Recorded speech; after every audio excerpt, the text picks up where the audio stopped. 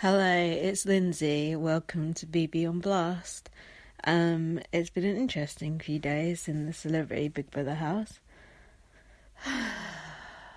Oh God, where do we start? I guess I'll start from where I left off. Um, so it's the morning after the night before when Nicola had got a little bit drunk and a bit over amorous with Jamie. But the next day she was like, "Oh, it's okay. My husband cheated, so I've got a hall pass."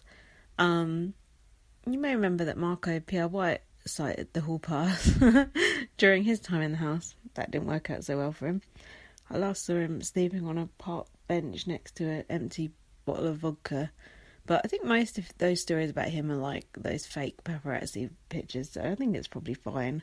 I think he's probably, clean living young man. Anyway, I digress. Oh, so this is the episode where Angie was given a task to detox the other housemates, which was obviously just to annoy Colleen. A whole task based around annoying Colleen. Quite funny, really. And conveniently that morning she said to Callum, "I think you need to lay off the smoking and drinking," so it was already kind of set up there for her. So she picked a few different housemates. I won't go through it all. God, we ain't got all year. And she said Colleen needed unclogging. And she picked James C. Poor James C. He's having like the worst time in there. I voted to save him the other day, and I wish I hadn't for more reasons than one, but he looks so depressed, especially now. I mean, I'm depressed now. He looks really fucking depressed. Actually, it's probably crueler not to vote to save James C. Just let the poor fucker go. Brandon Block got out at the right time, didn't he? And we're not even coming to Brandon Block yet. Spoiler. We've not even come to Ray J yet. So yeah, Angie basically had them all in the snug, and she was just lecturing them like she always does, telling them not to eat crisps and stuff. And Ray J, he had like his hoodie pulled up like right over his face, so you could only see his eyes. It's almost like he had a burqa on. I was thinking, what's this guy's problem? He's always horizontal and he's always looks like he's half asleep. But then when you found out the reasons why he actually went, he probably was just in pain. So, because the first few days he was quite lively and he was being funny and he was going to the diary room and he's doing his heart-to-heart shit that he was scheduled to do. As Jason Royce said on your reality recaps, he was doing his built-in storylines. I love that when he said that. He was like, listen to your reality recaps of Jason Roy. He was like, some of the housemates coming with like these pre-existing storylines, and he was just like talking through all the different built-in storylines, like Callum and his mum. There's like a built-in storyline, and Big Brother does really like to do that with Stacey and Ray J and all that. So Ray J, he'd had his built-in storyline.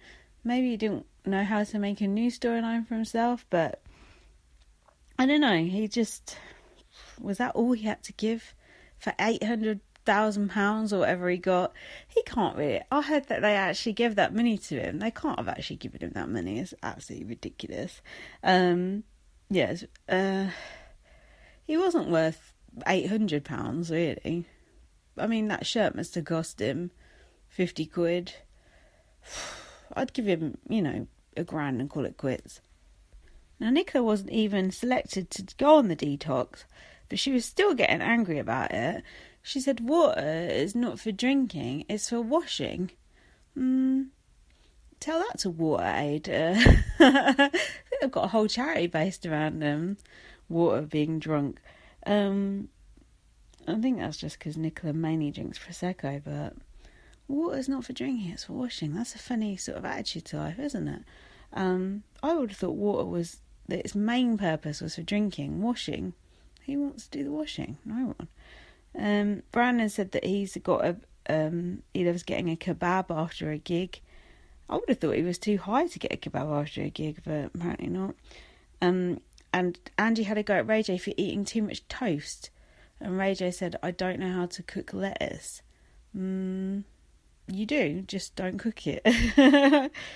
Too much toast. Toast isn't really that bad for you, is it? I mean, when I was younger, bread was actually like healthy. That was one of the healthiest things that I ate when I was younger. It must be like when smoking was considered healthy back in the day.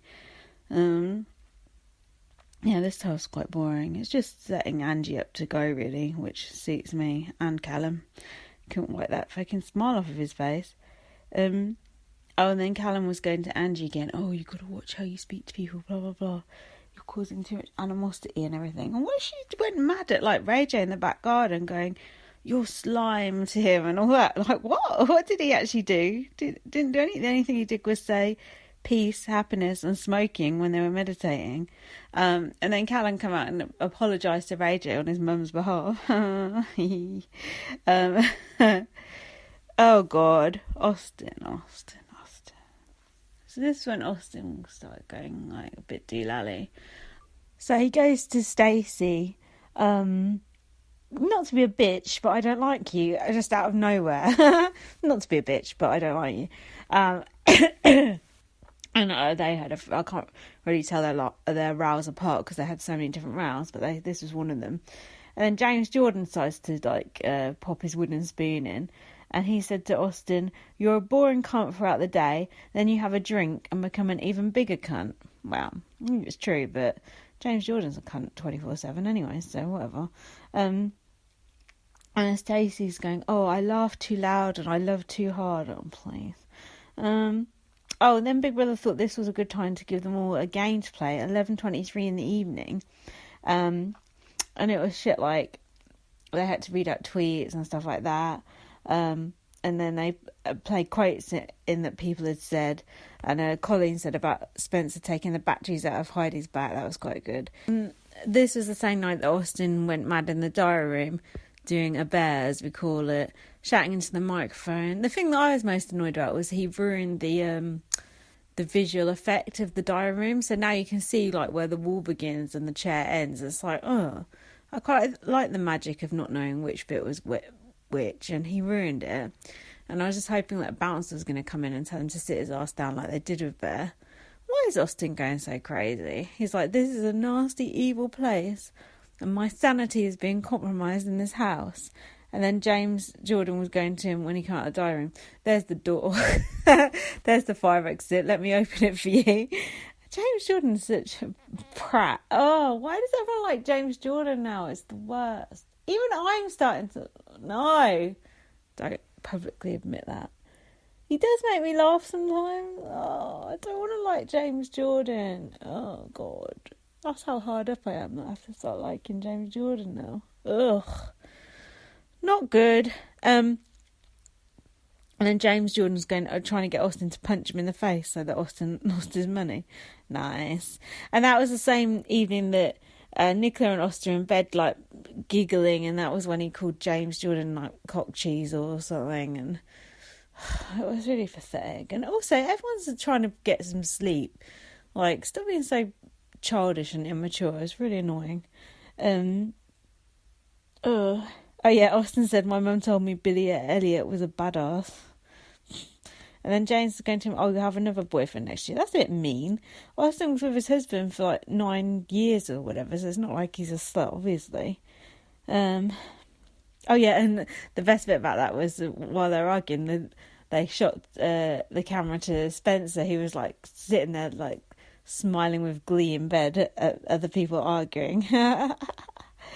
Oh dear. So it's a bit weird when Ray J walked, because we didn't see him come into the diary room. We didn't see him asking to leave. We didn't really get any story about why he had left. Even on a bit on the side, they didn't say anything. Apparently he had dental pain, but they didn't go into it at all. It's weird, because when Brandon Block left, they had a full 15 minutes on it, longer than any amount of airtime he'd had in the house thus far. But with Ray J, it was all very much swept under the carpet. I mean, it's not like Big Brother to sweep things under the carpet, try and hide things from us as viewers, even though it's supposed to be us watching 24/7. But yeah, this Ray J thing's weird. I presume there's lawyers involved. Ray J's probably got lawyered up, and that's why they've just given him all the money to make him go away. But it's like, they knew he was a dud. They obviously let him walk and hoped to get some of the money back, and maybe it didn't work out. I don't know. Ray J, you weren't that good anyway. Bye. I mean, they must have actually given Ray J the money.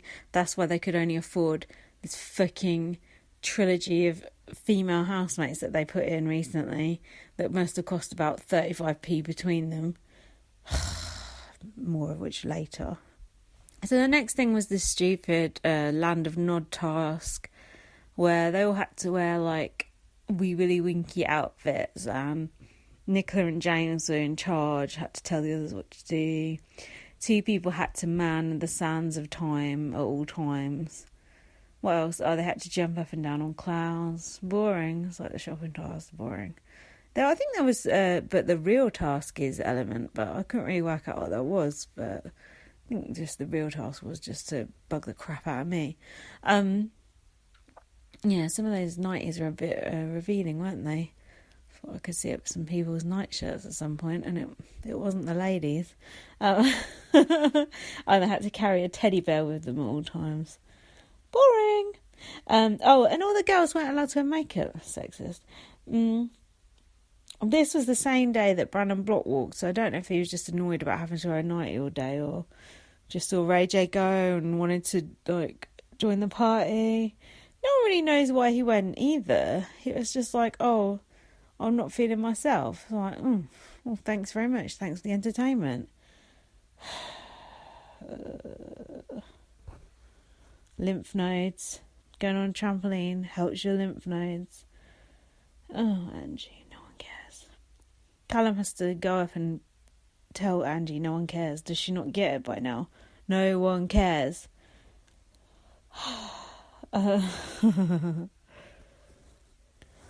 Stacey going, oh, do you think I'm loud? I can go louder and louder and louder.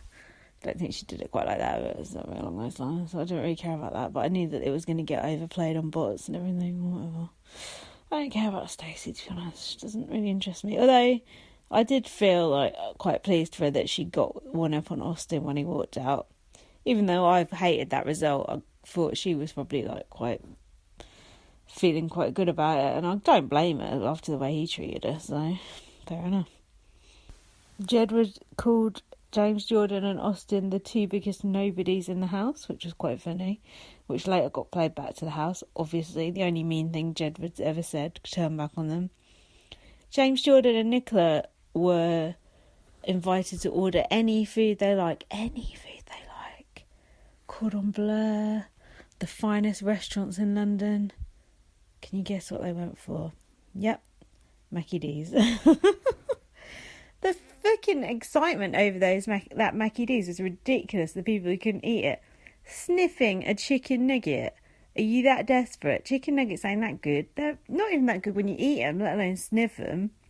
And then Angie's like, oh, it's got anuses.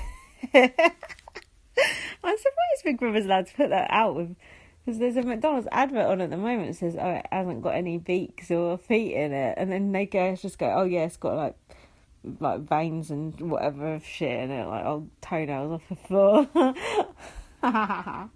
It's true though, like it has got all that in it, allegedly, but then people still want to sniff it. It's weird, isn't it? The intoxicating power of McDonald's. I think it's got like, and it meant to have like additives in it that make you like even hungrier. It certainly seems to have. So yeah, they had McDonald's turning their back on all the finest restaurants in London. Marco Pierre White's dad's restaurant, Jamie Oliver. I could go on. Oh, Jamie O'Hara started crying about his kid. He misses his kids or something. Fuck off. We know you don't even want to pay for them, so whatever. Then there was the James Jordan Museum. Who got put in there? Was it Austin?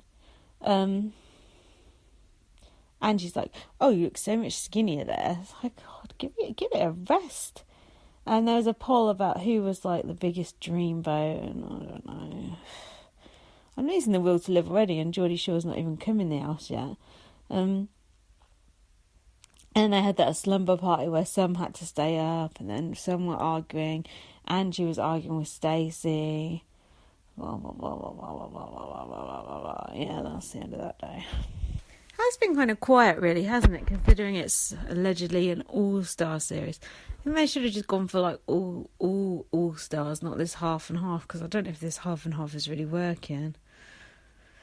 It has been quite boring, but it's not like putting these new people in helps. I think, well, it's definitely made it worse, But then looking at my notes from before, it was quite boring as